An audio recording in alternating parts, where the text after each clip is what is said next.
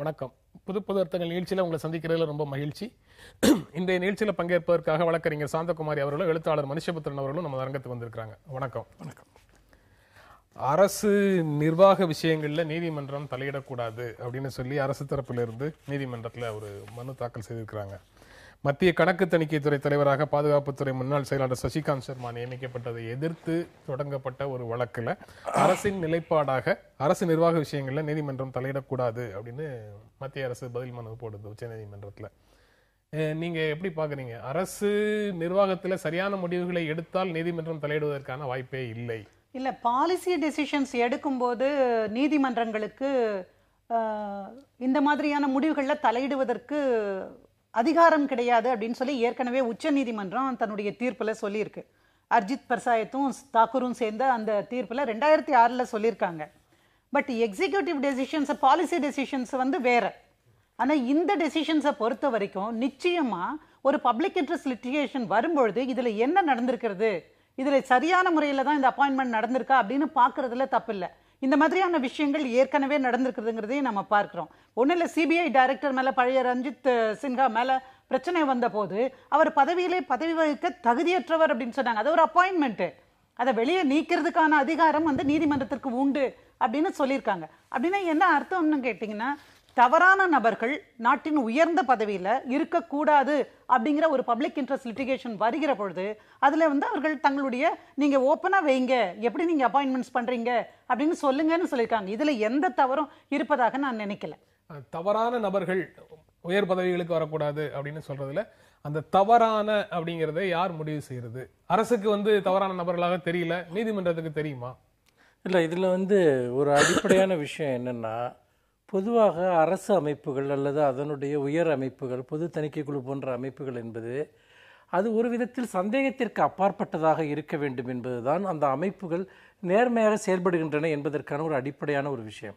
அப்படி இருக்கிற போது ஏற்கனவே இந்த ஹெலிகாப்டர் வாங்கியது போன்ற விஷயங்களில் பங்கேற்றிருந்த ஒரு அதிகாரியாக இருந்த ஒருவர் இதற்கு வருகிற போது எந்த அளவிற்கு இந்த குழு நம்பகத்தன்மையுடன் செயல்படும் என்பது பொதுவாக எல்லோருக்கும் எழக்கூடிய ஒரு கேள்வி. பொதுவாக நம்முடைய அப்பாயின்மெண்ட்ஸ் எல்லாமே ஒரு பொலிட்டிக்கல் அப்பாயின்மெண்ட்ஸ் என்கிற ஒரு இடத்திற்கு நம்ம இவ்வளோ வருஷங்களில் போயிட்டோம். எந்த கட்சி ஆட்சிக்கு வந்தாலும் தங்களுக்கு சாதகமானவர்களை நியமிப்பது என்பது ஒரு வழக்கமாக மாறிவிட்டது. அப்படிப்பட்ட ஒரு சூழ்நிலையில் பொதுமக்கள் அல்லது ஒரு பொதுநலன் சார்ந்து பேசுவோர் யாரிடம் போய் முறையிடுவது, யாரிடம் இந்த விஷயத்தை எடுத்து பேசுவது என்கிற ஒரு கேள்வி வருகிறது. அப்படி நம்ம கடந்த காலத்தில் நம்முடைய சட்டங்கள் எல்லாமே பார்த்தீர்கள் என்றால் தொடர்ந்து இது போன்ற ஒரு உரையாடல்களின் வழியாகத்தான் தொடர்ந்து அரசு நிர்வாக நடைமுறைகளும் மாறி வந்திருக்கிறது, சட்டங்கள் கூட மாற்றப்பட்டிருக்கிறது. அப்படி இருக்கிற போது ஒரு விஷயம் நம்பகத்தன்மையற்ற முறையில் நடைபெறுகிறது என்கிற போது நீதிமன்றம் தான் நாம் தட்டுவதற்காக இருக்கக்கூடிய ஒரே ஒரு கதவு. அதனால் நீதிமன்றம் அதை கேட்பது என்பதோ அந்த நடைமுறைகளை வெளிப்படையாக வையுங்கள் என்று சொல்வதோ தலையீடாக இருக்காது, அது தலையீடு அல்ல என்றுதான் நான் நினைக்கிறேன். இல்ல, அரிசி வீணா போகலாம், கோதுமை வீணா போகலாம், வறுமை கோட்டு கீழே இருக்கிறவங்களுக்கு கொடுக்கணும் அப்படின்னு நீதிமன்றம் எங்களை சொல்ல முடியாது அப்படின்னு இதுக்கு முன்னால் ஐக்கிய முற்போக்கு கூட்டணி அரசும் சொல்லுச்சு. எந்த அரசு சொல்லி இருந்தாலும் அது தவறு தானே சார்? அது நிர்வாக முடிவா கொள்கை முடிவா? அரிசியை நான் என்ன செய்யணுங்கிறது கொள்கை முடிவுன்னு நீங்க பார்க்க இந்த நாட்டு மக்களை பாதிக்கக்கூடிய விஷயத்துல அது ஒரு பொதுநல வழக்குல நிச்சயமா அதை சொல்றதுக்கான அதிகாரம் நம்முடைய நீதிமன்றத்துக்கு இருக்கு.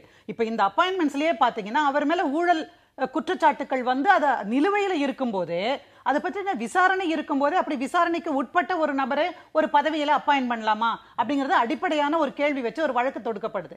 அதுல நீங்க கேக்குறாங்க, எப்படி நீங்க அப்பாயின்ட் பண்ணீங்க, என்ன விஷயம் அப்படின்னு கேட்கறதுல என்ன தப்பு இருக்க முடியும்? அந்த அதிகாரம் நீதிமன்றத்துக்கு இல்லைன்னா இன்றைக்கு இருக்கக்கூடிய 3 அமைப்புகள்ல எக்ஸிகியூட்டிவ், லெஜிஸ்லேச்சர் அண்ட் ஜுடிஷியரி, அந்த 3ல இன்றைக்கு மிக அதிகாரம் படைத்த ஒரு அமைப்பு என்று சொன்னால் மற்ற 2ஐயும் கொஸ்டின் பண்ணக்கூடிய அமைப்பு என்பது ஜுடிஷியரியா தான் இருக்க முடியும். நாட்டின் நலன் கருதி செய்யலாம் அப்படிங்கிறதுல தப்பே கிடையாது சார். நீங்க அதே குரல் ஐக்கிய முற்போக்கு கூட்டணி ஆட்சி நடக்கும் போது அதே குரல், அரசின் செயல்பாட்டில் நீதித்துறை தலையீடு இருந்தால் பிரச்சனைகளே ஏற்படும்னு சட்ட அமைச்சர் கபில் சிபல் ஜூலை 2013 பேசுறாரு. இந்த அரிசி கோதுமையை வறுமை கோட்டு கீழே உள்ளவங்களுக்கு கொடுங்கன்னு உச்ச நீதிமன்றம் சொல்லும் போது இது போன்ற விஷயங்களை தலையிடுவதற்கு உங்களுக்கு உரிமை இல்லைன்னு பிரதமர் மன்மோகன் சிங் பேசுறாரு. இப்போ அரசின் செயல்பாட்டில் அரசின் நிர்வாக விஷயங்கள்ல தலையிடுவதற்கு உங்களுக்கு உரிமை இல்லைன்னு சொல்லி இந்த அரசும் சொல்லுது. அப்போ அரசு தங்களுடைய நிர்வாக செயல்பாட்டில் நீதிமன்றத்தின் குறுக்கீட்டை அல்லது தலையீட்டை விரும்பவில்லை, அது எந்த அரசாக இருந்தாலும். அப்படின்னு சொல்லலாமா? இல்லை, இதில் தான் வந்து நம்ம பார்க்க வேண்டிய ஒரு விஷயம் இருக்குது. இது ஏன் குறுக்கீடாகவும் தலையீடாகவும் பார்க்கப்படுகிறது? எப்படி ஒரு நீதிமன்றத்தினுடைய நோக்கம் நாங்க அன்றாடம் எடுக்கக்கூடிய ஒவ்வொரு முடிவுக்கும் நீங்க இல்ல அப்படி நடக்கிறது இல்ல. நீங்க ஒரு அரசு ஒரு நாளைக்கு நூற்றுக்கணக்கான முடிவுகளை எடுக்கிறது, நூற்றுக்கணக்கான விஷயங்களை செயல்படுத்துகிறது. ஆனால் ஏதோ ஒன்றின் மீது ஒரு டிஸ்பியூட் வருது.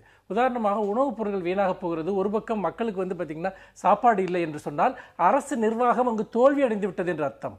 அரசு இயந்திரம் தோல்வி அடைந்து விட்டது என்று அர்த்தம். அப்படி என்றால் ஒரு அரசு நிர்வாகம் தோல்வி அடைகிற போதோ, நம்பகத்தன்மையற்று செயல்படுகிற போதோ, அது நீதிமன்றத்தை தவிர வேறு யாருக்கு குறுக்கிட முடியும், கேள்வி கேட்க முடியும்? அந்த பவரை நாங்கள் ஏற்றுக்கொள்ள மாட்டோம் என்று சொன்னால் ஒரு அரசு எடுக்கக்கூடிய, அரசு செய்யக்கூடிய எல்லா தவறுகளையுமே கேள்வி கேட்பாரிட்டு ஒப்புக்கொள்ள வேண்டும் என்று அர்த்தமா? அப்படி கேள்வி கேட்கக்கூடிய ஒரு அமைப்பே இல்லை என்பது ஒரு மிகப்பெரிய சர்வாதிகார சூழலுக்கு இட்டு செல்லும். அரசுகள் நம்பகத்தன்மையோடு செயல்பட்டால், அரசுகள் திறமையாக செயல்பட்டால் இந்த குறுக்கீட்டிற்கு வேலையே இல்லை. இன்னொன்று, ஒரு ஜனநாயக அமைப்பில் இந்த அரசு நிர்வாகத்துறையும் நீதித்துறையும் ஒன்றுக்கொன்று இணக்கமாக ஒரு செயல்பட வேண்டிய ஒரு இடம். ஆனால் முரண்பட்ட விஷயங்கள் எங்கே வருகிறது என்று சொன்னால், கடமை தவறுகிற போது, தங்களுடைய கடமையை செய்ய தவறுகிற போது இது போன்ற குறுக்கீடுகள் தேவையாக இருக்கின்றன. ஆகவே அவர்கள் இதை கேள்வி கேட்பது என்பதே தங்களுடைய தவறுகளை மூடி மறைப்பதற்காக நீங்கள் தலையிடாதீர்கள் என்று சொல்கிறார்கள். நான் அப்படித்தான் பார்க்கிறேன். மக்களால் தேர்ந்தெடுக்கப்பட்ட அரசு எடுக்கக்கூடிய முடிவுகள்ல அந்த 3 அமைப்புகள்ல சட்டம் இயற்றக்கூடிய அமைப்பு, நிர்வாக அமைப்பு, நீதிமன்றத்துக்கு அதிக அதிகாரம்னு சொல்றீங்க. மக்களால் தேர்ந்தெடுக்கப்பட்ட அரசு எடுக்கக்கூடிய முடிவுகள்ல தலையிடும் கூடுதல் அதிகாரம் நீதிமன்றத்தில் அரசியலமைப்பு சட்டம் கொடுத்ததாக தெரியல. இயற்றப்பட்ட சட்டங்களை பற்றி விளக்கம் கொடுப்பதற்கும் அரசமைப்பு சட்டத்தின் அடிப்படை டோன் அண்ட் டனருக்கு விரோதமாக இந்த புதிய சட்டங்கள் இல்லாம பாத்துக்கிறதுக்குமான ஒரு பொறுப்பு தான் உச்ச நீதிமன்றத்துக்கு இருக்கிறதாக நான் புரிஞ்சுக்கிறேன். அப்படி அந்த டோன் அண்ட் டெனோர் இல்லாத விஷயங்கள் நடக்கிற பொழுது உங்களுக்கு வந்து கான்ஸ்டிடியூஷன்ல சொல்லியிருக்கிற அதிகாரம் என்பது நிச்சயமாக நீதிமன்றங்களுக்கு அதிகபட்ச அதிகாரம் தான். எப்படின்னு ஈக்குவல்னு சொன்னாலும் இந்த ரெண்டையும் கொஸ்டின் பண்ற அதிகாரம் வந்து நீதிமன்றத்துக்கு தான் கொடுத்திருக்காங்க. ஆமா, ஃபர்ஸ்ட் அமங் தி ஈக்குவல் மட்டும் இல்ல, கொஸ்டின் பண்ற அதிகாரம் இவங்களுக்கு தான் இருக்கு. மற்றபடிக்கு நீதிமன்றம் என்ன செய்கிறது என்பதை விசாரிக்கிற அதிகாரம் இவர்களுக்கு கிடையாது. அதனாலதான் இப்ப இன்ட்ரூஷனே வருது. இப்ப என்ன கேட்டீங்கன்னா, நீதிமன்றத்துல நம்மால 2 பேர் இருக்கணும், அதுக்காகத்தான் ஜுடிஷியல் அப்பாயின்மெண்ட் பில்லுல பொலிட்டிக்கல் எக்ஸ்பர்ட்ஸ் போட்டு அதுல பொலிட்டிக்கல் அப்பாயின்மெண்ட்ஸ் உள்ள நுழைப்பதற்கான ஒரு சதி நடந்து கொண்டிருக்கிறது. ஆகவே அதை வந்து பலம் பொருந்திய அந்த அமைப்பு, ஜனநாயகத்தை காக்கிற ஒரு அமைப்பு, மக்களுக்கு பாதுகாப்பாக இருக்கிற அமைப்பு, அதை சிதறடிக்க செய்கிற முயற்சியாகத்தான் வந்து அதை அவங்க இப்ப பண்ணிட்டு இருக்காங்க. அதுதான் அவ்வளவு அச்சம். கேள்வி கேட்க முடியாத இடத்துல அரசு இருப்பதாக நினைக்கவே முடியாது. அந்த அதிகாரம் நிச்சயமாக நீதிமன்றம். 2011 சீஃப் விஜிலன்ஸ் கமிஷனராக PJ தாமஸ் ஐக்கிய முற்போக்கு கூட்டணி அரசு நியமித்ததை இவங்க வந்து நல்லிஃபை பண்ணாங்க, ரத்து செய்தாங்க. இப்படி CBC, CIC, இவ கணக்குத்துறை அதிகாரி இப்படின்னு முக்கியமான பொறுப்புகள்ல இனி யாரை எந்த அரசு நியமித்தாலும் எதிர்த்து பொதுநல வழக்குகள் வருவதற்கான வாய்ப்பு இருக்கு. அது எல்லாத்துலயும் நீதிமன்றம் தான் முடிவு செய்யணும்னா அவர்களையெல்லாம் இப்படித்தான் நியமிக்கணும்னு ஒரு விதிகளோடு கூடிய அமைப்பு முறையே தேவையில்லையா? இல்ல, அப்ப என்னன்னு கேட்டீங்கன்னா, இது போன்ற பிரச்சனைகள் வர்றப்பதான் இந்த அப்பாயின்மெண்ட்ஸ்க்கு பின்பற்ற வேண்டிய நடைமுறைகளை பற்றிய புதிய இலக்கணங்களையும் விதிமுறைகளையும் உருவாக்க வேண்டியிருக்கிறது. இதுவரைக்கும் இருந்த விஷயங்கள்ல வந்து ஒரு குளறுபடி நடக்கிறது, ஒரு பிரச்சனை ஏற்படுகிறது என்கிற போது நீதிமன்றம் தலையிடுகிறது. நீதிமன்றம் தலையிட வேண்டும் என்று சொன்னால் இதை முழுக்க முழுக்க டிரான்ஸ்பரன்சியோட இந்த விஷயத்தை வச்சுக்கணுங்கிறது தான் இது நமக்கு சொல்லக்கூடிய ஒரு பாடமாக இருக்கிறது. அது இன்னொரு விஷயம், நீங்க மக்களால் தேர்ந்தெடுக்கப்பட்ட அரசாங்கத்தினுடைய ஒரு அதிகாரத்தின் மீது எல்லாவற்றிலும் நீதிமன்றம் தலையிட முடியுமா என்று கேட்கிறீர்கள். மக்களால் தேர்ந்தெடுக்கப்படுகிற ஒரு அரசு மக்களுக்கு முழுக்க பொறுப்புணர்வோடும் நம்பகத்தன்மையோடும் இருக்கிற போதுதான் அது உண்மையிலேயே ஒரு பிரதிநிதித்துவம் அந்த அரசாக கருத முடியும். பல சமயங்கள், நான் இந்த அரசுன்னு சொல்லல, பெரும்பாலான அரசுகள் ஓட்டுகளை பெற்றுக்கொண்டு அதிகாரத்திற்கு வந்த பிறகு மக்களுக்கு எந்த விதத்திலும் தாங்கள் ஆன்சரபிள் இல்லை, தாங்கள் பதிலளிக்க வேண்டியதில்லை என்கிற ஒரு நிலைப்பாட்டை எடுக்கிற போது இது உண்மையிலேயே நீதிமன்றம் ஒன்றுதான் கடைசி நம்பிக்கையாக மக்களுக்கு இருக்கிறது. அதாவது தங்களால் தேர்ந்தெடுக்கப்பட்ட அரசு தங்களுக்கு உண்மையாக இல்லை என்கிற போது நீதியை நீதிமன்றத்தின் வழியாகத்தான் நிலைநாட்ட வேண்டிய ஒரு நிர்பந்தம் ஏற்படுகிறது. பாரதிய ஜனதா கட்சி அரசாக இருந்தாலும் சரி, காங்கிரஸ் அரசாக எந்த அரசாங்கம் பொதுவாகவே வந்து பாத்தீங்கன்னா அரசாங்க நடைமுறைகள் என்பது முழுக்க முழுக்க அரசியல் சார்ந்த ஒன்றாக இருப்பது, அரசியல் நலன்களை பாதுகாப்பதற்கான ஒன்றாக இருப்பது, நீண்ட கால நோக்கில் அமைப்புகளை சீர்குலைக்கக்கூடிய ஒரு விஷயமாக இருக்கும். அமைப்புகள் சீர்குலைவது என்பது, நம்பகத்தன்மையை இழப்பது என்பது ஒட்டுமொத்த ஜனநாயகத்தினுடைய ஒரு வீழ்ச்சியை குறிக்கும். ஏனென்று கேட்டால் நீங்கள் ஒவ்வொரு இது போன்ற அப்பாயின்மெண்ட்ஸ்லையும் உண்மைகளை கண்டறிவதற்காகவோ அல்லது ஒரு உண்மையை நோக்கி செல்வதற்காகவோ இருக்கக்கூடிய வழிமுறைகள் எல்லாவற்றையும் தங்களுடைய ஆட்களை, தங்களுக்கு சாதகமான ஆட்களை கொண்டு நிரப்புகிற போது மக்களுக்கு உண்மையிலேயே என்ன நடந்து கொண்டிருக்கிறது என்பது தெரியாது. பெரும்பாலும் அரசியல் பழிவாங்குதல்களுக்கும் வேறு பல விதமான குறுக்கு வழிகளுக்கும் தான் அதை இட்டுச் செல்லும் என்று நான் நினைக்கிறேன். இது நீதிமன்றத்தினுடைய அதீத செயல்பாடு, ஜுடிஷியல் ஆக்டிவிசம் அப்படின்னு சொல்ல முடியாதா? இல்ல, ஜுடிஷியல் ஆக்டிவிசத்துக்கு அதீத செயல்பாடுங்கிற தமிழாக்கமே தவறுன்னு நான் நினைக்கிறேன். எப்பொழுது குறுக்கீடோ அல்லது தலையீடு தேவையோ அந்த சமயத்தில் தன்னை அசர்டைன் பண்ணிட்டு, தன்னை நிலைநிறுத்தி இந்த விஷயம் இது தவறு சரி என்று அரசியல் சாசன வரம்புக்குள் நின்று பேசுவதுதான் ஜுடிஷியல் ஆக்டிவிசம். அதை தாண்டி எப்பொழுதுமே அந்த மாதிரியான செயல்பாடுகள் இல்லை. ஆனா இது ரொம்ப அவசியமான விஷயம். நம்ம நாட்டை போன்ற ஒரு ஜனநாயக நாட்டில் அரசு என்பது மக்களுக்கான அரசாக இருக்க வேண்டும். அப்படி மக்களுக்கான அரசாக இல்லாத பட்சத்தில் அல்லது அரசியல் நோக்கம் மட்டுமே கொண்ட அரசாக இருக்கிற பட்சத்தில் இதனுடைய தலையீடு தவிர்க்க முடியாது. இப்படிப்பட்ட செய்கைகள் வரவேற்க தகுந்தன அப்படின்னு நான் நினைக்கிறேன். நீங்க கேரளால இப்போ சில மதுக்கடைகளை மூடுறது அப்படின்னு அரசு முடிவெடுக்கும் போது அங்க நீதிமன்றம் தான் கேட்குது, 730 பார்கள் தரத்துக்கு குறைவாக இருக்கு அப்படின்னு சொல்லி மூட போவதாக அறிவிக்கிறீங்களே. எனக்கு எந்த பழக்கமும் கிடையாது. ஒரு பார் தரமோட இருக்கா தரம் இல்லாம இருக்காங்கிறத நீங்க எப்படி முடிவு செய்றீங்க? நீங்க 5 நட்சத்திர ஹோட்டல்களும் கள்ளு கடைகளும் திறந்திருக்கும், ஆனா இந்த கடைகள் சில கடைகள் மட்டும் மூடி இருக்கோம்னு சொல்றீங்களே, அது எப்படி சரியாக இருக்க முடியும்? இதனால எப்படி நீங்க குடியை தடுத்து விட முடியும் அப்படின்னு சொல்லி அவங்க எடுக்கக்கூடிய சாதாரண முடிவுகளில் கூட இந்த மாதிரி கேள்விகளோட நீதிமன்றம் தலையிடுவதை நீங்க எப்படி பாக்குறீங்க?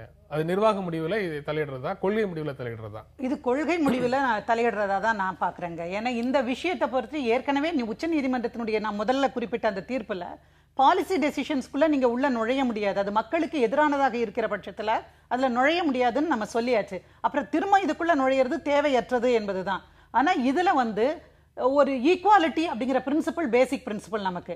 அப்ப சில இடங்களில மட்டும் மது விற்பதற்கான உரிமையும் பல இடங்களிலே தடையுமாக இருப்பதில் என்னன்னு சொல்லி அந்த முரண்பாட்டை, இன்இக்வாலிட்டியை குவெஸ்டின் பண்றாங்க. அதுதான் மது விலக்கு அப்படின்னு முடிவெடுத்தா அது கொள்கை முடிவு, சில கடைகளை மூடுறதுன்னு எடுத்தா அது நிர்வாக முடிவு. அது இல்ல, கண்டிப்பா அதுல ஒரு விஷயம் பாருங்க. ஒரு 3 விதமான ஆட்கள் மது விற்பனையில ஈடுபடுறாங்க. 2 பேருக்கு பர்மிஷன் கொடுக்குறாங்க, ஒருத்தருக்கு கொடுக்கல. அப்ப இவங்க அந்த தரம் குறித்து சொல்ற விஷயங்களுக்கு எந்த விளக்கமும் சொல்றது இல்லை. அப்ப என்னன்னா, இந்த பாதிக்கப்படுகிற நபர் எங்க போவார்? இந்த பாத்தீங்கன்னா இந்த பார்களை மட்டும் மூட சொல்றாங்க இல்லையா, இவர் ஒரு தொழிலை செய்கிறார், இதே தொழிலை வேறொருவரும் செய்து கொண்டிருக்கிறார். அப்ப என்னை மட்டும் ஏன் மூட சொல்றீங்க? அப்ப இது எனக்கு இந்த நாட்டில் இந்த தொழில் செய்யறதுக்கு உரிமை இல்லையா? இன்னொருவருக்கு அந்த உரிமை கொடுக்கப்பட்டிருக்கிறது. அந்த அடிப்படையில் ஒரு நீதிமன்றத்தை தானே நாட முடியும். இது அடிப்படையில் ஒரு மனிதனுடைய தனிப்பட்ட உரிமை சம்பந்தப்பட்ட ஒரு விஷயம் இல்லையா? அதனால தான் இவங்க என்ன சொல்றாங்கன்னா, இந்த அரசினுடைய கொள்கைகள் இருக்கக்கூடிய முரண்பாடுகள், இந்த முரண்பாடுகளை நீதிமன்றம் தான் தீர்க்க முடியும், அரசாங்கம் அதை தீர்க்காது. அது தன்னுடைய அரசியல் ஆதாயங்களுக்காக எந்த கொள்கையை வேண்டுமானாலும் அரைகுறையாக அறிவிக்கும். அது எல்லாவற்றையுமே அப்படியே அமல்படுத்துவது என்றால் பாதிக்கப்பட்டவர்கள் யாரிடம் போவார்கள்? நீதிமன்றத்திடம் தான் போக முடியும். நீங்க உங்களுடைய கருத்துக்கு மாறாக இருக்கக்கூடிய அரசாங்கங்கள் எடுக்கக்கூடிய முடிவுல நீதிமன்றம் தலையிட்டால் அதை ஆதரிக்கிறதும், உங்களுக்கு ஆதரவான அமைப்புகள் ஆட்சியில் இருக்கும்போது அவங்க நீதிமன்றம் தலையிட்டால் எதிர்க்கிறதுமான ஒரு சூழலை பல அரசியல் கட்சிகளிடத்திலிருந்தும் பல அரசியல் சார்புள்ள நபர்கள்ட்ட இருந்தும் பார்க்க முடியுது. அந்த மாதிரி நீங்க 2 பேரும் பேசல, கொள்கை நிலையில தான் பேசுறீங்க. என்ன பொறுத்த வரைக்கும் இல்ல, எனக்கு அரசியல் சார்பு இருக்கு. நான் அரசியல் சார்பு இருக்கு, அந்த அரசியல் சார்போட தான் நான் சொல்றேன். பொதுவாக நீதிமன்றங்களுக்கும் அரசுகளுக்கும் இடையே நடக்கக்கூடிய உரசல்கள் என்பது ஜனநாயகத்தை மேம்படுத்துவதற்காகவும் நம்முடைய சட்டங்களையும் அரசாங்க நடைமுறைகளையும் மேலும் செழுமைப்படுத்துவதற்காகவும் அது பயன்படும். அதனால் இதை நாம் எதிர்மறையாக பார்க்க வேண்டியதில்லை. இப்படி ஒரு பிரச்சனை வருகிற போது எங்கே பிரச்சனை இருக்கிறதோ அதை தீர்ப்பதற்கு நாம் முயற்சி செய்ய வேண்டும். மொத்தத்தில் நீதிமன்றம் என்பது எந்த இடத்தில் மிக தீவிரமாக செயல்படுகிறதோ அங்குதான் ஜனநாயகம் காப்பாற்றப்படும் என்பதற்கு இந்தியாவில் நூற்றுக்கணக்கான உதாரணங்கள் ஒவ்வொரு நாளும் இருந்து கொண்டிருக்கிறது. நீதிமன்றங்கள் அரசுக்கு கொடுக்கக்கூடிய அழுத்தங்கள் அப்படின்னு சொல்லி இந்த வழக்குகள் எல்லாம் பார்க்கலாமா? அப்படி பார்க்க முடியாதுங்க. இது நீதிமன்றம் அரசுக்கு கொடுக்கிற அழுத்தம் அல்ல. ஒரு ஜனநாயக நெறிமுறைக்கு மாறான ஒரு அப்பாயின்மெண்ட் இருக்கக்கூடாது அப்படிங்கிற அக்கறையில ஒரு பொதுநல வழக்கு போடப்படுகிறது. அந்த வழக்கில் இதுல வெளிப்படைத்தன்மை இருக்க வேண்டும் அப்படின்னு சொல்றதுல தவறே கிடையாது. இதுல யாரு எந்த அரசு மேலேயும் அழுத்தம் செய்ய வேண்டிய அவசியம் நீதிமன்றத்துக்கு கிடையாது. நீதிமன்றத்தினுடைய கடமை என்பது தனக்கு முன்னாலே வருகிற வழக்குகளை விசாரிப்பது. அது அந்த அரசியல் சாசன நெறிமுறைகளுக்கு உட்பட்டதாக இருக்கிறதா, அரசு அந்த நெறிமுறைகளுக்கு மாறாக செயல்படுகிறதா, அல்லது வேறு எப்படி அப்படிங்கிற விஷயத்தோட நின்று போயிடுது. அதுல இன்னொரு விஷயமும் இருக்கு. பல சமயங்களில் காலத்துக்கு ஒவ்வாத சட்டங்களை மாற்றுகிறோம், நீதிமன்ற நடைமுறைகளை விமர்சனத்திற்கு உள்ளாக்குகிறோம். இப்படிப்பட்ட விஷயங்கள் எல்லாம் இருக்கிற போது நாம் நீதிமன்றத்தை மட்டுமே ஒரு சுப்ரீம் பவரா நினைக்கல, அதுவும் ஒரு விவாதத்துக்குள்ளதான் எப்போ இருந்துகிட்டு இருக்கு. அப்படிங்கிறப்ப அரசாங்க நடைமுறைகள் மட்டும் புனிதமானது, யாரும் குறுக்கிடக்கூடாதுன்னு நம்ம எப்படி சொல்ல முடியும்? சொல்ல முடியாது. நீதிமன்றங்கள் இருக்கிறதே இந்த மாதிரி அப்பாயின்மெண்ட்டுக்கு முன்னாடி நீதிமன்றங்கள் இவங்களுக்கு ஒரு அழுத்தத்தை கொடுக்கும். இந்த ஒவ்வொரு நியமனத்துக்கு முன்னாலேயும் விதிப்படி நடக்கிறோமா அல்லது வேறு ஏதேனும் குற்றச்சாட்டுகள் இல்லாத நபர்களை போடுறோமா அப்படின்னு ஒரு அழுத்தத்தோட தான் அந்த முடிவுகளை அவங்க எடுப்பாங்கன்னு பார்க்கலாம். நம்முடைய நாட்டின் கல்வி முறையும் பெற்றோர் தரக்கூடிய மன அழுத்தமும் குழந்தைகளை பாதிக்கிறது அப்படின்னு காந்திகிராம் பல்கலைக்கழக ஆராய்ச்சியில தகவல் இருக்கிறதாக ஒரு செய்தி இருக்கு. அதாவது காந்திகிராம் பல்கலைக்கழகத்துடைய கல்வியியல் துறை தலைவர் பேராசிரியர் ஜாகிதா பேகம் சீனால பெய்ஜிங்ல போய் தங்கி இருந்து ஒரு மாதம் அவர்களுடைய கல்வி முறைக்கும் நம்ம கல்வி முறைக்கும் என்ன வேறுபாடு இருக்குன்னு ஆய்வு செய்ததாகவும், ஆய்வுல இருந்து அவர்கள் சில முடிவுகளுக்கு அதை செய்தியாக ஒரு நாளிதழோட பகிர்ந்திருக்கிறாங்க. நீங்க எப்படி பாக்குறீங்க, நம்ம நாட்டின் கல்வி முறையும் பெற்றோர்களும் குழந்தைகளுடைய கொடுக்கக்கூடிய அழுத்தம் குழந்தைகளை பாதிக்கிறது அப்படின்னா இன்றைக்கு கோடிக்கணக்கான குழந்தைகள் இந்த அழுத்தத்தோட இருக்காங்கிற பொருள்ல தான் அந்த செய்தியை பார்க்க வேண்டியது இருக்கு. உண்மை. அவங்க சொல்லியிருக்கிறது முற்றிலும் உண்மையான ஒரு விஷயம். ஏன்னா இன்றைக்கு மன அழுத்தத்திற்கு ஆளாகி இருக்கக்கூடிய குழந்தைகளுடைய எண்ணிக்கை அதிகம் அப்படின்னு சொல்லி புள்ளி விவரங்கள் நமக்கு சொல்லுது நிச்சயமாவே. ஏன்னா இன்றைக்கு என்னன்னா, நம்ம அறிவுத்திறனுக்காக கல்வி அப்படிங்கிற நிலை மாறி இப்ப அடுத்து வேலை வாய்ப்பை நோக்கிய கல்வி அப்படிங்கிற முறையில சின்ன வயசுல இருந்தே அவங்க மேல திணிக்கிறோம். குழந்தைமை அப்படிங்கிறது ஒரு அற்புதமான விஷயம். அந்த அனுபவங்களை எல்லாம் அவை ஒதுக்கி தள்ளிவிட்டு வெறும் தோல்ல ஒரு மூட்டையை சுமந்துக்கிட்டு அது பரீட்சை வச்சு அதுக்கு பாஸ் பண்ணி அதுக்கு கிரேடு கொடுத்து அதுல நீ சிறந்தவனா நான் சிறந்தவனா அப்படிங்கிற மன கலக்கத்தை உருவாக்கி +1 வரும்போது தானே அந்த பிரச்சனை வருது. இல்ல, சின்ன வயசுல இருந்தே வருது. நீங்க எல்லா பள்ளிகள்லயும் பாருங்க. வேலைக்காகவே தான் எல்கேஜில இருந்தே பிரஷர் கொடுக்க ஆரம்பிச்சாங்க. வேலைக்காக அப்பா அம்மா தயார் பண்றாங்க. நீ என்னவா இருக்க போற, நீ இப்படி இருக்க போற, நல்லா படிக்கணும். எல்லா குழந்தைகளும் ஒரு 50 ஸ்டூடெண்ட்ஸ் இருக்கிற எல்லா பெற்றோரும் நீ தான் ஃபர்ஸ்ட் ரேங்க் எடுக்கணும்பாங்க. எல்லாரும் ஃபர்ஸ்ட் ரேங்க் எடுக்க முடியாது. அப்ப குழந்தைகளுடைய அறிவுத்திறன் என்ன, அவளுடைய எந்த விஷயங்கள் அவளுக்கு ஈடுபாடு, அவர்களுக்கு அதை எப்படி பயிற்றுவிக்கிறது அப்படிங்கிற மாதிரியான கல்வி முறை என்பது நமக்கு கிடையாது. இது அந்த மெக்கால காலத்து கல்வி முறையை அப்படியே நம்ம இன்றைக்கும் ஃபாலோ பண்ணிட்டு இருக்கோம். இந்த மாதிரியான விவாதங்கள் இன்றைக்கு காந்தி கிராமத்தில் இவங்க சொல்லியிருக்கக்கூடிய மாதிரியான விஷயங்கள் ஏற்கனவே பலர் பேசியிருக்காங்க. பள்ளி கல்வித்துறையில இருக்கக்கூடிய சிறந்த நிபுணர்களாகட்டும் அல்லது குழந்தையினுடைய வளர்ச்சியில இருக்கக்கூடிய அந்த நிபுணர்களாகட்டும் எல்லாருமே சொல்லியிருக்கக்கூடிய விஷயம். ஆனா நம்ம பேட்டர்ன் ஆஃப் எஜுகேஷன்ல ஒரு மாற்றமும் வரல அப்படிங்கிறது உண்மை, ஒத்துக்கொள்ள வேண்டிய ஒரு உண்மை. மனுஷ், நீங்க எப்படி பாக்குறீங்க? இதுல பேட்டர்ன் ஆஃப் எஜுகேஷன்ங்கிறது ஒரு பிரச்சனை. ஏன்னா பெற்றோர்கள் ஒரு மிகப்பெரிய ஒரு பேராசைக்கு ஆட்பட்டிருக்கிறார்கள். குழந்தைகளை அவர்கள் சமூக சூழல் பெற்றோர்களுக்கும் ஒரு அழுத்தத்தை கொடுக்குது அப்படின்னு நீங்க இல்ல, அது பெற்றோர்கள் கொடுக்குற அழுத்தம்னா அவங்க ஒரு மாயமானை துரத்துறாங்க. நாங்கள் குழந்தைகள் எல்லாருமே எக்ஸ்பர்ட் ஆகிட முடியும், எல்லாருமே ₹1,00,000 சம்பளம் அவங்க 20 வயசுல வாங்க முடியும் அப்படிங்கிற மாயமானவங்க துரத்துறாங்க. ஆனால் பார்த்தீங்கன்னா ஒரு 1,00,000 பேர் படித்தா அதில் 1000 பேருக்கு கூட இங்கே வேலை இல்லை அப்படிங்கிற யதார்த்தத்தை அவர்கள் பார்க்க மறுக்கிறார்கள். அவங்க எல்லாத்துக்குமே ஒரு குறிப்பிட்ட விதமான வாழ்க்கை பார்வை தான் உருவாகி இருக்கு. இன்னொன்று கரிக்குலம் சார்ந்த இந்த விஷயங்கள், ப்ரெஷர், நம்முடைய தேர்வு முறை, இதெல்லாம் ஒரு பக்கம் இருக்கட்டும். ஒரு குழந்தை பள்ளிக்கு வெளியே பள்ளியை முடித்தா கூட ஸ்பெஷல் கிளாஸ், அந்த கிளாஸ், இந்த கிளாஸ்ன்னு அந்த குழந்தைக்கு இருக்கக்கூடிய லீஷர் டைம் முழுக்க பார்த்திங்கன்னா ஆக்குப்பை பண்ணப்படுது. ஏதாவது ஒரு கிளாஸுக்கு பிள்ளைங்களை அனுப்பிக்கிட்டே இருக்காங்க பேரண்ட்ஸ். லீவ் நாளில் அனுப்புவாங்க, சாட்டர்டே சண்டேயில் அனுப்புவாங்க, அதே மாதிரி சம்மர் வெக்கேஷன் வரையில் அனுப்புவாங்க. பைத்தியம் முடிச்சிட்ட மாதிரி இருக்கும் பார்த்திங்கன்னா. அதுலேயும் சில பேர்லாம் பார்த்திங்கன்னா இந்த 10th +2 எக்ஸாம் எழுதலாம் அந்த ஏஜ் குரூப்பில் இருக்க என்னுடைய ஃப்ரெண்ட்ஸ் எல்லாம் நான் பார்த்துருக்கேன். என்னுடைய பசங்களுக்குலாம் அப்படி பைத்தியம் மாதிரி ஆகிடுவாங்க. வீட்டில் கேபிளை கட் பண்ணிடுவாங்க, இன்டர்நெட்டை கட் பண்ணிடுவாங்க. கிட்டத்தட்ட ஒரு பெரிய ஒரு சிறை முகாம் மாதிரி வீட்டையே மாற்றி நீ படிக்கலன்னு சொன்னால் நீ அவ்வளவுதான், நீ அழிஞ்சு போயிடுவ, செத்துருவ அப்படிங்கிற அளவுக்கு அவங்களுக்கு ஒரு ஃபியரை உண்டு பண்ணி மார்க் வரலைங்கிறப்ப அந்த பசங்க ரொம்ப அளவுக்கு மனசு உடஞ்சு போயிடுறாங்க. இன்னொன்று, இந்த மாதிரி பள்ளி அளவில் கொடுக்கப்படுற இந்த ப்ரெஷருங்கிறது அவங்க ஹையர் எஜுகேஷனுக்கு போகிறப்ப படிப்பு மேலே இன்ட்ரெஸ்ட் இல்லாதவங்களாம் மாற்றுது. நிறைய பேர் என்ன பண்ணுறாங்கன்னா ரொம்ப ஒரு அலட்சிய மனோபாவத்தோடு நடந்துக்கிறாங்க. ஏன்னா அவங்க மேக்ஸிமம் ப்ரெஷரைஸ் இங்கே பண்ணப்படுறாங்க. அப்போ அங்கே போயிட்டு ஒரு ஃபுல் ஃப்ரீடத்தை நம்ம அனுபவிக்கணும் அப்படிங்கிற மென்டாலிட்டி தான் உருவாகுது. ஆக இவங்க பண்ணுறது எல்லாமே ரிவர்ஸாக ஒர்க் ஆகுது வந்துட்டு. இன்னொன்று வந்து இதை அதாவது ரெகுலராக பேரண்ட்ஸோடு இருக்கக்கூடிய பிள்ளைங்களுக்கு இந்த மாதிரி ஒரு நிலைமைன்னா, இந்த மாதிரி தங்கி இந்த உறைவிட பள்ளிகள் இருக்கு இல்லையா, அங்கே நடக்கிற கொடுமைகள் வந்துட்டு உண்மையிலேயே ஒரு மனித உரிமை மீறல்னு தான் நம்ம சொல்லலாம் வந்துட்டு வெளிப்படையாக. அவ்வளோ பெரிய கொடூரம். பிள்ளைங்களை காலைல 5 மணிக்கு எழுப்பி விட்டு நைட்டு 10 மணி வரைக்கும் டார்ச்சர்னா நினச்சி பார்க்க முடியாது. டார்ச்சர் பேரண்ட்ஸ் வந்து பார்க்க முடியாது, ஒரு சின்ன டிவி பார்க்க முடியாது, ஒரு என்டர்டெயின்மெண்ட் கிடையாது, இங்கே ஒரு விளையாட்டு கிடையாது. இப்படிப்பட்ட ஒரு கொடுமை உலகத்தில் எங்கேயாவது நடக்குமான்னு தெரியல. மிகப்பெரிய மனித உரிமை மீறலோட கலனம் இன்னைக்கு வந்துட்டு நம்முடைய பல்வேறு விதமான கல்வி அமைப்புகள் இருக்குது. இதில் பேரண்ட்ஸ்க்கு மிகப்பெரிய பொறுப்பு இருக்குன்னு நான் நினைக்கிறேன். கல்வி வியாபாரம் பண்ணுறவங்க ஏதாவது ஒன்று பண்ணிட்டு தான் இருப்பாங்க வந்துட்டு.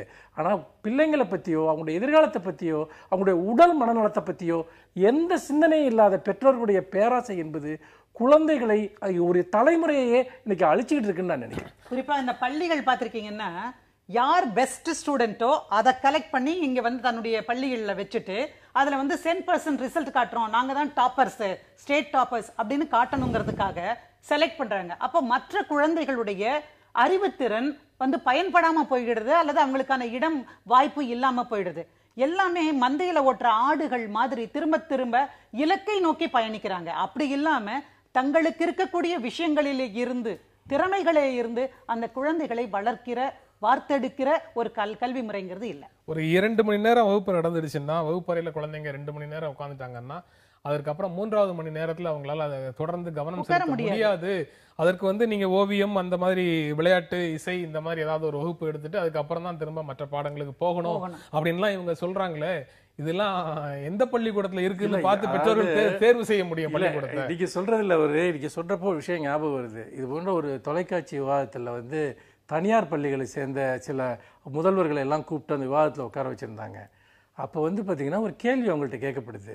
அதாவது காலையில் 5 மணி வந்து பிள்ளைங்களை படிக்க வைக்கிறீங்க, கிளாஸ் 8 மணிக்கு ஆரம்பிச்சிடுறீங்க, நான் ஸ்டாப்பாக கிளாஸ் நடத்துறீங்க, அப்போ வந்து எப்படி பிள்ளைங்க வந்து பிரேக் இல்லாமல் படிப்பாங்க, மென்டலாக டயர்டாக மாட்டீங்களான்னு அதுக்கு அவர் ஒன்று சொல்கிறாரு. நாங்கள் வந்து ஒவ்வொரு 1 hour முடிஞ்சோடனே 2 நிமிஷம் பிள்ளைங்களை மெடிடேஷன் பண்ண சொல்லுவோம், அப்புறம் திரும்ப அடுத்ததாக ஆரம்பிச்சிருவோன்னு.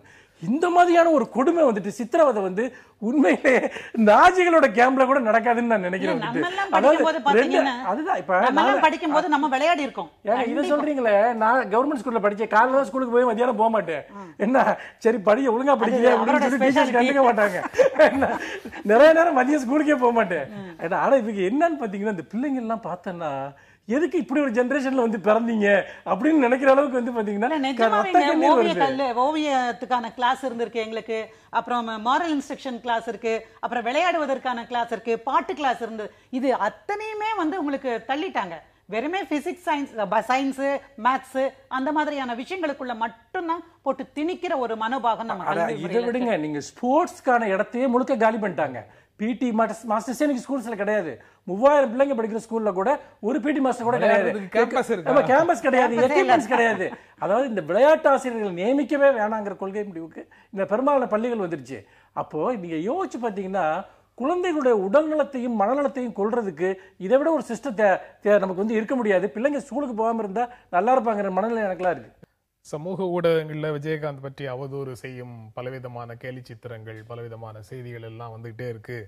அதை தடுத்து நிறுத்தணும், அதை செய்பவர்கள் மேல நடவடிக்கை எடுக்கணும் அப்படின்னு சொல்லி தேமுதிக வழக்கறிஞர்கள் நேற்று சென்னை காவல் ஆணையரை சந்தித்து, காவல் ஆணையரகத்தில் துணை ஆணையரை சந்தித்து புகார் கொடுத்திருக்கிறாங்க. இது விஜயகாந்துக்கு மட்டும் அப்படின்னு நேருவதாக தெரியல. பல்வேறு நபர்களை பற்றி இதே மாதிரியான கேலி சித்திரங்களும் மோசமான விமர்சனங்களோடு கூடிய வக்கிரமான சில விஷயங்களும் வெளிப்பட்டுக்கிட்டே தான் இருக்கு இணைய வெளியில. நீங்க எப்படி பாக்குறீங்க இந்த மாதிரி அவதூறுகள்? குறிப்பாக உங்ககிட்டயே அதை பத்தி பேசுறது ஒரு விஷயம், முக்கியமான விஷயம்தான். இணையத்துல வந்து மிக அதிகமாக தொல்லைக்குள்ளாக்கப்பட்டவர்ல நீங்களும் ஒருத்தர், தனி மனிதராக நீங்க ஃபைட் பண்ணிட்டு இருக்கீங்க, அதை வேற விஷயம். நீங்க எப்படி பாக்குறீங்க விஜயகாந்த் மேல நடக்கக்கூடிய இந்த விஷயங்களை? இல்லை, அதாவது யாரோ சிலர் வந்து பார்த்தீங்கன்னா, சிலரை வந்துட்டு ஒரு மோட்டிவேஷனோட ரொம்ப மோசமாக விமர்சிக்கிறாங்க, துன்புறுத்துகிறாங்க. அப்படிங்கிற ஒரு காரணத்துக்காகவே நாம் வெளிப்பாட்டுரிமை சார்ந்த விஷயங்களை வந்துட்டு முழுக்க ஒரு சட்டத்தின் பிடியில் வந்து நம்ம கொடுக்க முடியுமா, சட்டத்தின் பார்வைக்கு உட்படுத்த முடியுமா என்கிற கேள்வி எனக்கு இருக்கு. வந்துட்டு நான் எவ்வளோ தூரம் துன்புறுத்தப்பட்ட நீங்க சொல்றது வந்து ரொம்ப கோட்பாட்டின் அடிப்படையிலான ஒரு விஷயம். உங்களுக்கு எவ்வளவு பாதிப்பு வந்தாலும் உங்களுக்கு எவ்வளவு பாதிப்பு வந்தாலும் பாதிப்பையும் மீறி நீங்க வெளிப்பாட்டு உரிமைக்காக குரல் கொடுக்கிற நிலையில இருந்து பேசுறீங்க. ஆனா அரசியல் தலைவர்கள் இமேஜை வச்சு அரசியல் நடத்துற தலைவர்களுக்கு நீங்க சொன்னதுனால நான் சொல்றேன் வந்துட்டு, இப்ப கலைஞரோட வலைப்பக்கம் இருக்கு, இது முகநூல் பக்கம் இருக்கு. அதுல அவர் டெய்லி போடக்கூடிய அந்த ஸ்டேட்டஸ்க்கு மிக மோசமான கமெண்ட்ஸ் வந்துட்டு மிக அருவருப்பாக அவரை தாக்கக்கூடிய கமெண்ட்ஸ் அதுல போடப்படுது. எங்களுக்கெல்லாம் கூட ஒரு வருத்தம், ஏன் அதெல்லாம் வந்து அலோவ் பண்றாங்க, பிளாக் பண்ண மாட்டேங்கிறாங்கன்னு. ஆனா அது எதுக்குமே நீக்கப்படுவது கிடையாது. மனிதர்கள் இப்படியும் யோசிக்கிறார்கள் என்பதற்கான ஒரு இதா அது இருக்கட்டும்னு சொல்லிட்டு அவர் அந்த விஷயத்தை பத்தி அவர் டிஸ்டர்ப் ஆகவே இல்லை, கவலைப்படவே இல்லை. திமுகவுக்காவது வசவாளர்கள் வாழ்கன்னு சொல்றதுக்கான ஒரு பின்புலம் இருக்குன்னு வச்சுக்கோங்க. இல்ல, நான் அப்படி பார்க்கல. என்னன்னா, நீங்க அப்படி ஒன்னொன்னையுமே முழுக்க நீங்க வந்து பிளாக் பண்ண ஆரம்பிச்சீங்கன்னா, இப்ப பத்திரிகையில ஒரு கார்ட்டூன் போடுறோம், ஒரு அரசியல் தலைவருடைய செயல்பாடுகளை வந்து கிண்டல் செய்யக்கூடியது, உலகத்தில் இருக்கக்கூடிய எல்லா தலைவர்களுடைய பற்றிய கிண்டல்கள் தான் அதில் இடம்பெறுது வந்துட்டு. அப்படி இருக்கக்கூடிய ஒரு சூழ்நிலையில நீங்க இப்படி ஸ்க்ரூட்டனைஸ் பண்ணீங்கன்னா பத்திரிகையில் நீங்க கார்ட்டூன் போட முடியாது.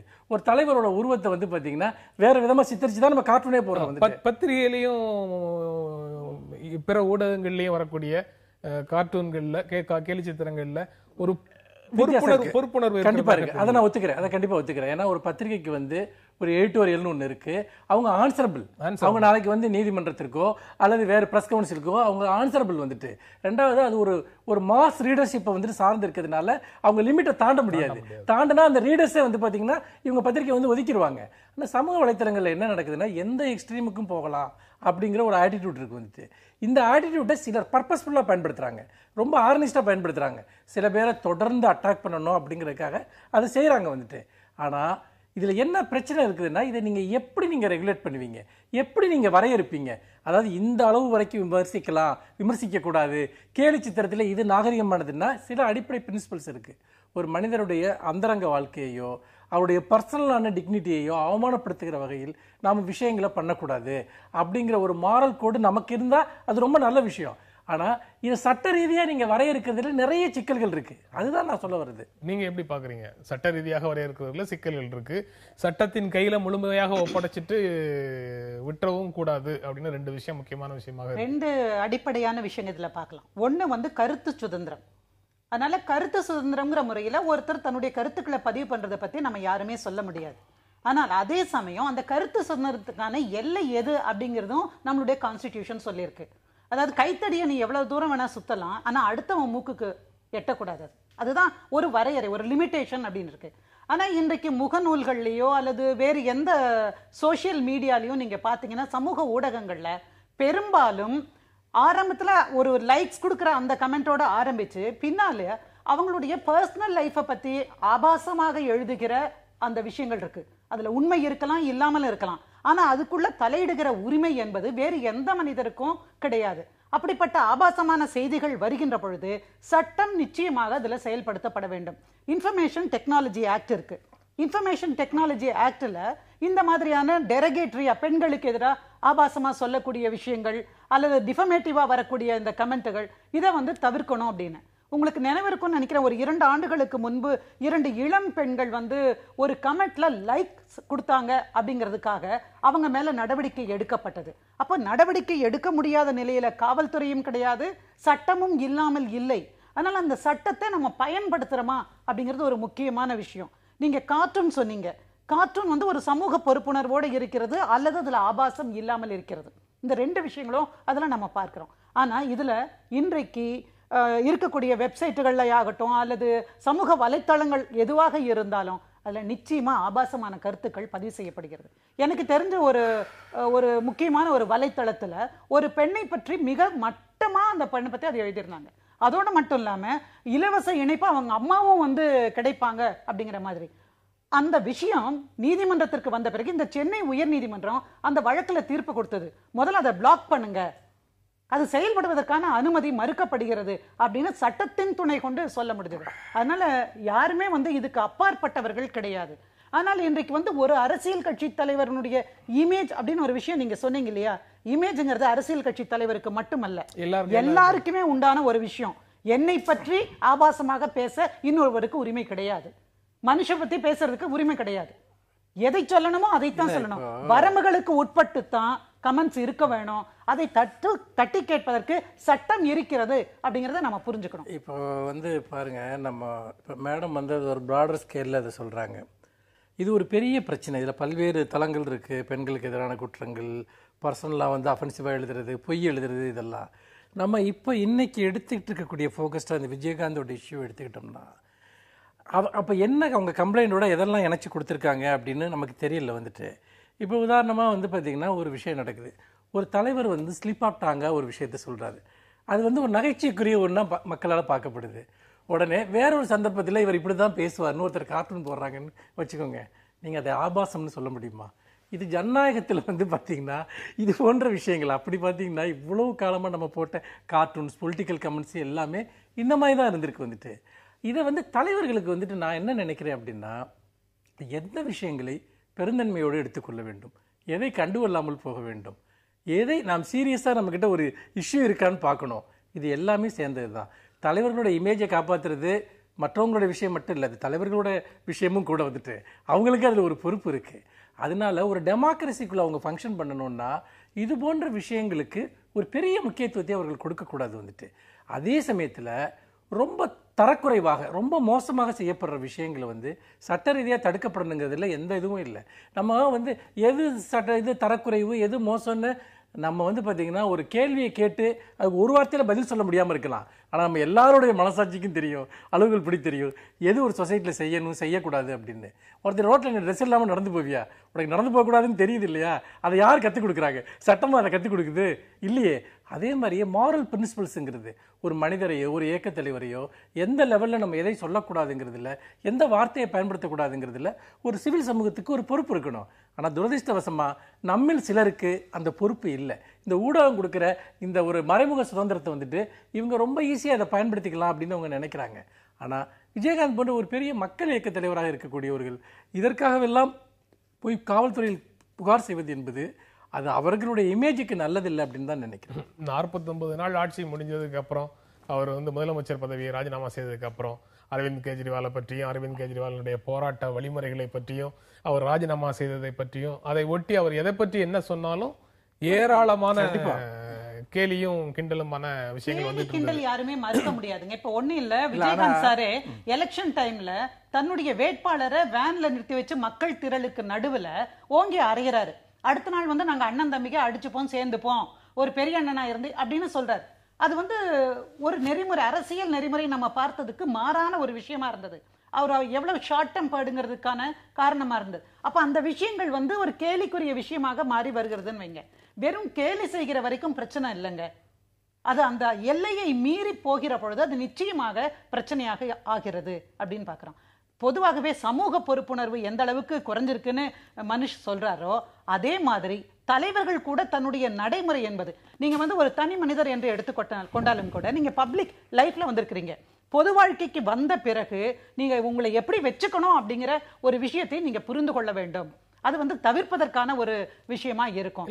நான் எவ்வளவு ஒழுங்கா இருந்தாலும் எனக்கு இல்லாத விஷயங்கள் எல்லாத்தையும் என் மேல நீங்க திணிக்கிறீங்கன்னா உங்களுடைய ஊடக சுதந்திரத்துல, சமூக ஊடகங்கள்ல உங்களுக்கு இருக்கக்கூடிய மட்டற்ற சுதந்திரத்துல நீங்க வந்து என்கிட்ட இல்லாததெல்லாம் என்கிட்ட திணிக்கிறீங்கன்னா அப்புறம் நான் அதுல வருத்தப்படவே கூடாது. அதாவது ஒருத்தர் பொய் சொல்றாங்க, ஒருத்தரை பத்தின ஒரு பொய்யான அவதூறுகளை பரப்புறாங்க அப்படின்னு சொன்னா அதுக்கு ரியாக்ட் பண்றதுக்கு அவருக்கு உரிமை இருக்கிறது. அது தலைவர்களோ தனி மனிதர்களோ அதுல எந்த சந்தேகமும் இல்லை. ஆனால் பொலிட்டிக்கல் கமெண்ட்ரிங்கிறது ரொம்ப காம்ப்ளெக்ஸ் ஆனது வந்துட்டு. அது ஒரு ஆளோட பர்சனாலிட்டியில் வெளிப்படக்கூடிய அம்சம். சொல்லுங்க, எது பொலிட்டிக்கல் கமெண்ட்ரி? நீங்க வந்து இருக்கு கெஜ்ரிவாலுக்கும் காஜல் அகர்வாலுக்கும் வித்தியாசம் தெரியாத நபர்னு ஒருத்தர் சொல்றது. இப்ப நீங்க அப்படி பாத்தீங்கன்னா இப்ப அவர் வந்து ஒரு மரண சடங்குக்கு போறாரு. அப்போ மரண சடங்குக்கு போயில ஆழ்ந்த அனுதாபத்தை தெரிவித்துக் கொள்கிறேங்கிறதுக்கு பதிலாக வாழ்த்துக்களை தெரிவித்துக் கொள்கிறேன்னு ஸ்லிப் ஆப்டாங்க அவர் சொல்றாரு. அது ஒரு தவறு தான். ஆனால் அது வந்து ஊடகங்கள்லையும் சமூக வலைத்தளங்கள்லையும் பரவுறப்போ ஒருத்தருடைய பப்ளிக் இமேஜை வந்து ஜனங்க எப்படி ரிசீவ் பண்ணுறாங்கன்றது ஒன்று இருக்கு வந்துட்டு. அதனால தான் பொதுவாக தலைவர்களோ மற்றவர்களோ பொது இடங்களில் மிக கவனமாக மிக நேர்த்தியாக பேச வேண்டும் என்பது ஒரு மரபாக இருக்குது. ஏன்னா உங்களுடைய ஒவ்வொரு செயலும் கவனிக்கப்படுகிறது. உங்களுடைய ஒவ்வொரு செயலின் அடிப்படையிலும் நீங்கள் மதிப்பிடப்படுகிறீர்கள். அதுதான் பொது வாழ்க்கையில் இருக்கக்கூடிய ஒருத்தரோட முக்கியமான ஒரு விஷயமா இருக்குது. அப்படி பார்க்குறப்ப ஒருத்தர் சில சமயங்களில் அவர் தெரியாமல் தவறுதலாக சொன்னால் கூட அது கேலிக்கு ஆளாவது என்பது இயல்பான விஷயம். இங்க மட்டும் இல்ல, உலகம் முழுக்க அது அப்படித்தான் இருந்திருக்கு. ஒரு நிமிஷம் இருங்க. உதாரணமா இப்போ ஒரு பிரைம் மினிஸ்டர் வந்து பார்லிமெண்ட்ல தூங்குறாருன்னு வச்சுக்கோங்க, ஒரு விவாதம் நடந்துகிட்டு இருக்கீங்கல்ல, தூங்குறது மனுஷனுக்கு இயற்கையா வரக்கூடிய ஒரு விஷயம் தான். பாராளுமன்றத்தில் முக்கியமான விஷயம் நடந்துகிட்டு இருக்கப்ப அவர் தூங்குறாருங்கிற விஷயத்த எப்படி வந்து நீங்க வந்து பாத்தீங்கன்னா விமர்சனத்திற்கு அப்பாற்பட்டதா பார்க்கணும்னு சொல்லுவீங்க? வந்துட்டு அவர் தனி மனிதர் வந்து ஆயிற்சியில கூட தூங்கி இருக்கலாம். ஆனா இவர் ஒரு முக்கியமான கொள்கை முடிவுகளில் கூட இப்படித்தான் தூங்குறாருன்னு நாளைக்கு ஒருத்தர் கார்ட்டூன் போடுவான், ஒருத்தர் வந்து சமூக வலைத்தளங்களை எழுதத்தான் செய்வாங்க. இது வந்து ஒரு ஜனநாயகத்தில் இருக்கக்கூடிய அடிப்படையான ஒரு விஷயம். பப்ளிக் தன்னுடைய பதவியை காப்பாற்றுவதற்காக அந்த பிரதமர் கடந்த 2-3 நாட்களாக தூக்கமே இல்லாம பல்வேறு அரசியல் நடவடிக்கைகளில் ஈடுபட்டவரா இருக்கலாம். அந்த 3 நாள் உழைப்பின் இன்டர்பிரேஷன் வந்து எப்படி வேணாலும் இருக்கலாம். வந்து நான் அதை எப்படி பார்ப்பேன், இன்னொருத்தர் எப்படி பார்ப்பாரு, பொறுத்த விஷயம் தான் இது. இல்ல, விஜயகாந்தை பொறுத்த வரைக்கும் நான் பார்க்கிறேன், இப்போ சமீப காலமாக அவருடைய அரசியல் வளர்ச்சி, அதை வந்து அரசியலையே வந்து க்ளோஸ் பண்ணணும் அப்படின்னு ஒரு திட்டமிட்ட விஷயம் நடக்கிறதாக தொடர்ந்து குறிப்பிட்ட சில கட்சிகள் பரப்புவதாக நம்ம பார்க்கிறோம். அதனால ஆபாசமாகவோ மிக தரக்குறைவாகவோ வருகிற பொழுது நிச்சயமாக அந்த நபர் வந்து கம்ப்ளைண்ட் கொடுக்கறதுல தப்பு கிடையாதுங்கிறது தான் என்னுடைய கருத்தாக்கம். நீங்க அரசியல் கட்சிகள் செய்யக்கூடிய விஷயங்களையும் கட்சி சார்ந்தவர்கள் செய்யறதையும் தாண்டி சாதாரண ஆட்கள், சாதாரணமாக எனக்கு பக்கத்து வீட்டில் இருக்கக்கூடிய கவுன்சிலரோ என் தெருவனுடைய கவுன்சிலரையோ அல்லது பகுதி செயலாளரையோ பார்த்தா ஒதுங்கி போற நபர்கள் எல்லாம் கூட, அவர்களை பார்த்து ஒரு வார்த்தை ஒரு விமர்சனம் செய்யாத நபர்கள் எல்லாம் கூட இங்க வந்து மிகப்பெரிய தலைவர்களை பற்றி மிக மோசமாக விமர்சனம் செய்யறத பார்க்க முடியுது. அதற்கு பின்னால இருக்கக்கூடிய உளவியல் என்ன அப்படிங்கிறது வந்து ஒரு சிக்கலான கேள்வியாக இருக்கு. இல்ல, ஒரே உளவியல் தான். வந்துட்டு எதிராளி வந்து பாத்தீங்கன்னா நம்மள வந்து வர முடியாது நம்ம கிட்ட, இல்லைன்னா இந்த ஊடகம் நமக்கு ஒரு சுதந்திரத்தை கொடுக்குது அப்படிங்கிறதா. நீங்க இந்த வன்முறை தாக்குதல் மட்டும் இல்ல, இந்த நவீன ஊடகங்கள் வந்து மனிதர்களுடைய ஆழ்மனதில் இருக்கக்கூடிய அத்தனை விதமான உணர்ச்சிகளுக்கும், வெறுப்பு, காதல், அன்பு, காமம், இது அத்தனைக்குமான ஒரு வடிகாலாக இந்த ஊடகங்கள் இன்றைக்கு மாறி இருக்கிறது. ஒரு சமூகத்தில் எதெல்லாம் வெளிக்காட்ட முடியாத உணர்ச்சியாக இருந்ததா? ஒன்றும் இல்லை, வேற ஒரு சம்பந்தம் இல்லாத ஒரு உதாரணம் சொல்றேன். நீங்க ஒருத்தனை வந்து பாத்தீங்கன்னா ஜாதி பேரை சொல்லி இன்னைக்கு திட்ட முடியாது. திட்டுனீங்கன்னா அது ஒரு பெரிய பிரச்சனையாகும், ஒரு அஃபென்ஸ் ஆகும், ஒரு அலுவலகத்திலேயோ ஒரு வீட்டிலேயோ ஒரு பொது இடத்துலையோ. ஆனால் சமூக வலைத்தளத்தில் வந்து நீங்கள் அதை செய்ய முடியுது. ஏன்னா உங்களுக்கு ஜாதி பேரை சொல்லி திட்டணுங்கிற வெறி நிறைய பேருக்கு மனசுக்குள்ள இருந்துகிட்டு இருக்கு. ஆனால் நம்முடைய சோசியல் கண்டிஷனிங் அதுக்கு தடையா இருக்கு. அப்படி இருக்கிறப்போ நம்முடைய சட்டங்கள் அதுக்கு தடையா இருக்கு. இது கொடுக்கக்கூடிய தன்னுடைய முகத்தை மறைத்துக் கொண்டு என்ன வேண்டாலும் செய்யலாம் அப்படிங்கிற ஒரு சுதந்திரம் அவர்கள் அசலில் யாராக இருக்கிறார்களோ அவர்கள் வெளிப்பட வைக்குது. நீங்க ஒரு தலைவரை பத்தி ரோட்ல வந்து பாத்தீங்கன்னா நீங்க ஒரு ஆபாசமா பேசிட்டீங்கன்னா உங்களுக்கு அடி விடுவோம். ஆனா இங்க நீங்க பாதுகாப்பா ஒளிஞ்சிக்கலாம். வந்துட்டு இதுதான் வந்து பாத்தீங்கன்னா இந்த ஆபாச பேச்சுக்களுக்கு பின்னாடி இருக்கக்கூடிய ஒரு உளவியலான. ஒரு லைக் போட்டதுக்கு 2 பெண்களுக்கு வந்து நான் அதை தான் ஆரம்பத்திலே சொன்னேன். இது எல்லாமே டிஃபரெண்ட் இஷ்யூஸ். வந்துட்டு இப்போ இது போன்ற சட்டங்கள், இப்போ மேடம் வந்து இந்த தகவல் தொழில்நுட்ப சட்டத்தை பத்தி பேசினாங்க. இப்போ நிறைய பெண்கள் வந்து பார்த்தீங்கன்னா அவங்களுடைய படங்கள் மார்பிங் பண்ணப்படுது, அல்லது அவங்களுடைய சொந்த கணவர்களாலேயோ காதலர்களாலேயோ அவங்க அந்தரங்கமாக புகைப்படம் எடுக்கப்பட்டு அவங்க ஒரு ரிலேஷன்ஷிப்பில் ஒரு பிரேக் வந்தோடனே பழிவாங்கிறதுக்காக அதை வந்து பயன்படுத்துகிறாங்க. இது பற்றி எவ்வளவோ கம்ப்ளைண்ட்ஸ் வருது. பல கம்ப்ளைண்ட்ஸ் நம்ம காவல்துறை கண்டுக்கிறது இல்லை. பல கம்ப்ளைண்ட்ஸ் என்ன பண்ணுறாங்கன்னா ஒரு செட்டில்மெண்ட் மாதிரி பண்ணி நீங்கள் போயிடுங்க, இது இல்லைன்னா மீடியாவில் வந்தால் உங்களுக்கு பிரச்சனை வரும், இப்படிலாம் சொல்லி அனுப்பி விடுறாங்க. அப்போ என்னன்னு கேட்டிங்கன்னா உண்மையான குற்றங்களை வந்து பார்த்தீங்கன்னா காவல்துறை கண்டுகொள்றதே இல்லை. அதுக்கான டெக்னாலஜி அவங்க கிட்ட இல்ல, அதுக்கான போதுமான ஆட்கள் அவங்க கிட்ட இல்லைன்னு சொல்றாங்க. ஆனா ஒரு நிமிஷம் இருங்க, நான் சொல்றேன். ஆனா இதுல நீங்க பாத்தீங்கன்னா இது போன்ற அரசியல் ரீதியான விஷயங்கள் வர்றப்ப உடனடியா வந்து ஒரு நடவடிக்கை எடுக்கப்படுது. கார்த்திக் சிதம்பரத்தை வந்து ஒரு புகார் கொடுக்குறாரு, உடனே அந்த ஆளை போய் அரெஸ்ட் பண்றாங்க. அதே மாதிரி ஒரு பிரபலமான பாடகி ஒரு புகார் கொடுக்குறாங்க, போய் அரெஸ்ட் பண்றாங்க. அப்ப இந்த ஐடி ஆக்ட் எல்லாமே காமன் மேனுக்கு பயன்படுறது இல்ல. யார் செல்வாக்குள்ள நபர்கள் இருக்காங்களோ அவங்களுக்கு மட்டும்தான் பயன்படுது. அப்பதான் காவல்துறை செயல்படுது. நீங்க ஏதோ இல்ல சைபர் கிரைம்ஸ் பத்தி இவர் சொல்லிட்டு இருந்தார். மார்பிங், ஹேக்கிங் அல்லது ஸ்டாக்கிங் மாதிரியான விஷயங்கள்ல காவல்துறை வந்து சரியான நடவடிக்கை எடுக்கல, அதுக்கு எக்யூப்மெண்ட்ஸ் இல்லைன்னு சொல்றாரு. பட் எனக்கு தெரிஞ்ச நாங்க இந்த வழக்கு துறைகள்ல இருக்கிறதுனால, நீதித்துறையில இருக்கிறதுனால நன்றாக தெரிஞ்ச ஒரு விஷயம் வந்து அப்படிப்பட்ட சம்பவங்கள் நடக்கிற பொழுது உடனடியாக நம்முடைய சைபர் கிரைம் செல் வந்து ஆக்ஷன் எடுக்கத்தான் செய்யறாங்க. தவறுகள் நடக்கிறது வந்து நீங்க எதை வந்து சொல்றீங்க அப்படிங்கறது ஒரு விஷயம் இருக்குங்க. எல்லா விஷயத்துக்கும் அவங்க நடவடிக்கை எடுக்க முடியாது. இந்த பொலிட்டிக்கல் இது வந்து மீடியா ஹைப் பண்றது தான். அதனால அது ஒரு பெரிய விஷயமாக வருகிறது.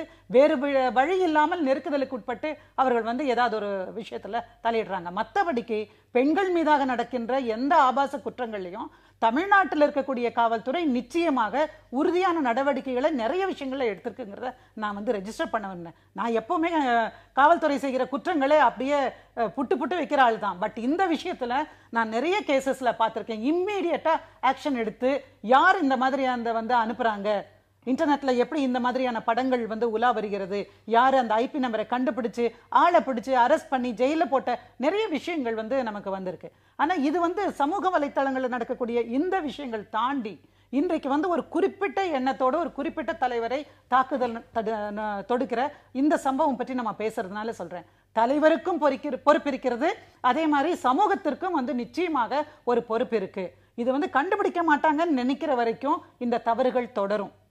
ஆனா கண்டுபிடிக்க முடியுங்கிறது சட்டம். அதை உரிய நபர் காவல்துறையில புகார் கொடுக்கறதுல தப்பு கிடையாது. எல்லா விஷயத்தையும் சகிச்சுட்டு போகணும் ஒரு தலைவர் அப்படின்னு நினைச்சா அது சாத்தியம் இல்ல. சட்டத்திற்கு மீறான செயல் செய்கிற பொழுது வந்து அவரை வந்து கமெண்ட் பண்ணத்தான் செய்வாங்க. ஆனா தேவையற்ற தன்னுடைய பர்சனல் லைஃப்ல உள்ள நுழைஞ்சு பேசுகிற பொழுது அல்லது டிஃபமேட்டிவா ஸ்டேட்மெண்ட் சொல்லும்போது நிச்சயமாக அவர் ஆக்ஷன் எடுக்கிறதுக்கு அவருக்கு உரிமை இருக்கு. நீங்க விஜயகாந்த் மனுஷன் தானுங்களே. பயங்கரவாதத்துக்கு ஆதரவான கருத்துக்களை தவிர மற்ற கருத்துக்களுக்கெல்லாம் 66A பயன்படுத்தப்படாது அப்படின்னு எல்லாருடைய கருத்து சுதந்திரத்துக்கும் ஆதரவாக மத்திய அரசு வந்து சமீபத்தில் நீதிமன்றத்தில் உறுதியளித்தது. அப்படிங்கிறதுக்கு பின்னால இந்த நடவடிக்கை எடுக்காம இருக்கிறது இருக்கா? இல்லை, அதாவது இவங்க இப்போ மேடம் வந்து போலீஸோட செயல்பாடை பற்றி சொன்னாங்க. வந்துட்டு அவங்களுக்கே நல்லா தெரியும், தமிழ்நாட்டில் சில பிரபலமான விஷயங்கள் ஊடகங்கள்லாம் பெரிய அளவுக்கு செய்தியாக வெளிவந்தது. குறிப்பிட்ட சில நபர்கள், தமிழ்நாட்டில் இருக்கக்கூடிய முக்கியமான தலைவர்கள், பத்திரிகையாளர்கள், எழுத்தாளர்கள் மீதெல்லாம் எவ்வளவு ஆபாசமான விஷயங்களை ஊடகங்களில் பரப்புனாங்கன்னு அவர்களுக்கு எதிராக பல முறை புகார் கொடுக்கப்பட்டது. அந்த புகாரின் மீது எந்த நடவடிக்கையுமே எடுக்கப்படவில்லை. அவர்கள் ஒரு முறை விசாரணைக்கு கூட கூப்பிடவில்லை. இது எல்லாமே அவருக்கும் தெரியும். அப்படி இருக்கிற போது நடவடிக்கை எடுக்கப்படுகிறது என்று பொதுவாக சொல்வது என்பது எந்த விதத்தில் நியாயம் என்று எனக்கு தெரியவில்லை. இன்னொரு விஷயம் என்னன்னா, இதில் வந்து போலீஸ் வந்து பார்த்தீங்கன்னா பர்பஸ்ஃபுல்லாக நடவடிக்கை எடுக்காமல் இருக்காங்க அப்படின்னு நான் சொல்ல வரல. இதோட சீரியஸ்னஸ் அவங்களுக்கு தெரியல, இதை எப்படி ஹேண்டில் பண்ணணும்னு அவங்களுக்கு தெரியல, அதற்கான நபர்கள் அங்கே இல்லை. அப்போ நம்ம வெறுமனே சட்டங்களை கடுமையாக்குறத பற்றி மட்டும் நம்ம பேசிக்கிட்டே இருக்கோம். எப்படி எக்ஸிக்யூட் பண்ணுறது, சென்சிபிளாக அதை எப்படி எக்ஸிக்யூட் பண்ணுறது, இதுதான் ஒரே விஷயம். அப்போ அங்கே உண்மையாக வந்து பார்த்தீங்கன்னா நீங்கள் ஒரு இந்த விஷயங்கள் ஒரு ஃபேஸ்புக்கில் ஒருத்தர் வந்து ஹேக் பண்ணி ஒரு விஷயத்த பண்ணுறாருன்னா அதை சரி பண்ணுறதுக்கு அங்கே ஒரு டெக்னிக்கலி வெல் எஃபிஷியன்ட் நபர் ஒருத்தர் இங்கே இருக்கணும். கிரைம் பிரான்ச்சில் எத்தனை பேர் அப்படி இங்கே அப்பாயின்மெண்ட்ஸ் இருக்குது? ஒன்றுமே கிடையாது. இப்படிப்பட்ட ஒரு சூழ்நிலையில் நம்ம அந்த விஷயத்தை பிளண்டாக வந்து பார்த்தீங்கன்னா நம்ம நியாயப்படுத்துறதுங்கிறது சரியில்லை. இன்னொன்று வந்து நீங்கள் வந்து பயங்கரவாதம் தவிர்த்து மற்ற விஷயங்களை நடவடிக்கை எடுக்கலைங்கிறது இருக்கு இல்லையா? உண்மையிலேயே இதெல்லாம் எது குற்றம் அப்படிங்கிறத பற்றியே நமக்கு ஒரு பார்வை இல்லை. வந்துட்டு நம்ம இந்த சட்டங்களை விரிவுபடுத்துவதும் இதை பற்றிய ஒரு நவீனமான ஒரு பார்வையும் நம்ம அதுக்குள்ளே கொண்டு வரணும். அப்படி கொண்டு வந்தால் தான் நம்ம இதில் நடவடிக்கைங்கிறது சாத்தியம். இந்த கிரைம் நமக்கு ரொம்ப புதுசாக இருக்குது. இந்த விஷயத்தை எப்படி எதிர்கொள்றதுன்னு தெரியல. இன்னொன்று, கருத்து சுதந்திரத்துக்கும் அஃபென்சிவாக ஒருத்தர் அட்டாக் பண்ணுறதுக்கு இடையில ஒரு மெல்லிய நூலிலே தான் இருக்குது. வந்துட்டு தனிமனித தாக்குதலுக்கும் கருத்து சுதந்திரத்துக்கு இடையில ஒரு மெல்லிய நூலிலே தான் இருக்குது.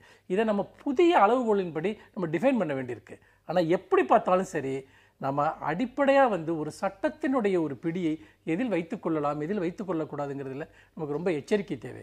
எல்லாவற்றிலும் சட்டம் தலையிடலாம், எல்லாவற்றிலுமே ஒரு சென்சார்ஷிப் இருக்கலாம் அப்படிங்கிற நிலைக்கு நம்ம போகிறதுங்கிறது ரொம்ப ஆபத்தானது. சில புல்லுருவிகள், சில சமூக விரோதிகள் செய்கிற ஒரு காரியத்துக்காக நம்ம அடிப்படையான உரிமைகளை நாம் விட்டு கொடுத்துடக்கூடாது. அதை பாதுகாக்கணும். சமூக வலைத்தளங்களில் கோடிக்கணக்கான பேர் இயங்குறாங்க. எத்தனை பேர் இது போன்ற விஷயங்கள் ஈடுபடுறாங்க யோசிச்சு பாருங்க. ஒரு சிலர் வந்துட்டு இதை வச்சுட்டு நம்ம அடிப்படை உரிமைகளை வந்து நம்ம இழக்கக்கூடாதுன்னு நான் நினைக்கிறேன். சிலருடைய தவறுகளால எல்லாருக்கும் இருக்கக்கூடிய சுதந்திரம் பறிபோயிடக்கூடாது அப்படிங்கிறத கருத்தை அவர் வெளிப்படுத்துறாரு. இந்த நிகழ்ச்சியில பங்கேற்று உங்களுடைய கருத்துக்களை பகிர்ந்து கொண்டதற்கு எங்கள் நெஞ்சார்ந்த நன்றி. வணக்கம். மீண்டும் சந்திப்போம். நன்றி, வணக்கம்.